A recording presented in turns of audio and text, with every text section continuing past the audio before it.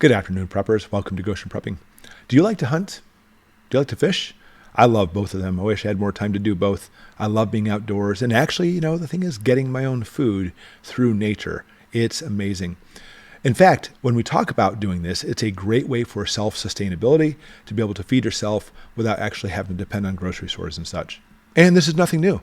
Hunting and fishing show an increase as a result of economic depression. This is an article from the New York Times from 1932. I love looking at old articles like this. But in essence, as people are having harder and harder time feeding their families, they started resorting back to hunting and fishing. And I think we're going to see the same thing happening very soon. Unfortunately, I think a lot of people aren't really too familiar with how to hunt and fish. And not to mention, we have so many people now, and so few deer per se, and so few fish per se, that it literally could drive things into extinction. Well, is that what Biden's thinking? I doubt it. It's just his puppeteers controlling this again. Conservation groups fight back against Biden admin's misguided regulation efforts on hunting and fishing. The Biden administration regulations would expand area where cost-effective lead ammo and fishing tackle is banned. In other words, making it more difficult to hunt and fish. The U.S. Fish and Wildlife Service is expected to publish regulations that would limit the equipment allowed on public refuge properties and expand the area where cost-effective lead ammo and fishing tackle is banned. And here's the problem. What we see here is the rule coming out of the administration is the potential to close millions of acres of public lands that have previously been opened under the Trump administration to hunting and fishing. Some states, however, are fighting back. That's great. In Florida, they passed a resolution that would make it a constitutional right to hunt and fish in the state. It's going to now head to the ballot in 2024.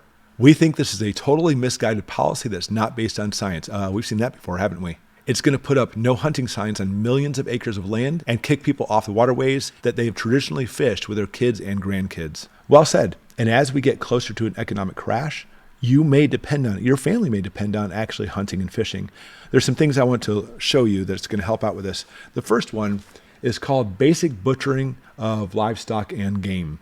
I love this book. We actually hunt on our own property, and I've used this book to, fine-tune my skills. Let me put it that way. Beef, veal, pork, lamb, poultry, rabbit, and venison are all in here. Gives detailed instructions on how to do it. So if you're actually interested in hunting, and of course, be able to process all of the livestock and game that you're going to be using, you're going to shoot during that hunting, this book would be very beneficial. For some reason, watching a YouTube video out in the woods how to do it doesn't really work too well. And then secondly, what are you going to do with that food? Oh, you're going to eat it. Wilderness Chef, The Ultimate Guide to Cooking Outdoors.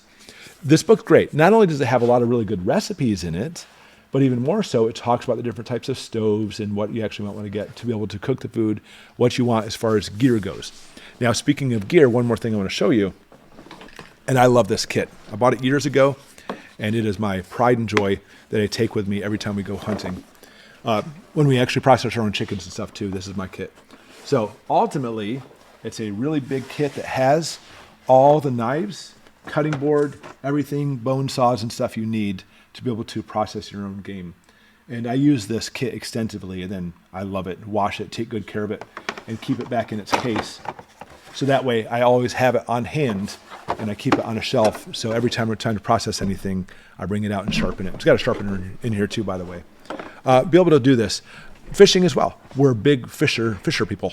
As we actually go to the lakes and the rivers here in Michigan, salmon fishing, walleye fishing, it's good stuff.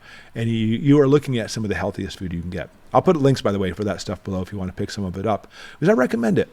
If you haven't gone fishing in a long time, or maybe you've never tried it, or if you haven't gone hunting, definitely try to explore those avenues of bringing in food, because as we go further into economic collapse, we're going to see more and more shortages in food in the grocery store shelves. And to be able to keep your family alive and fed, look, let's learn this history lesson from the Great Depression. That's how they did it back then. And we are heading down the same path again.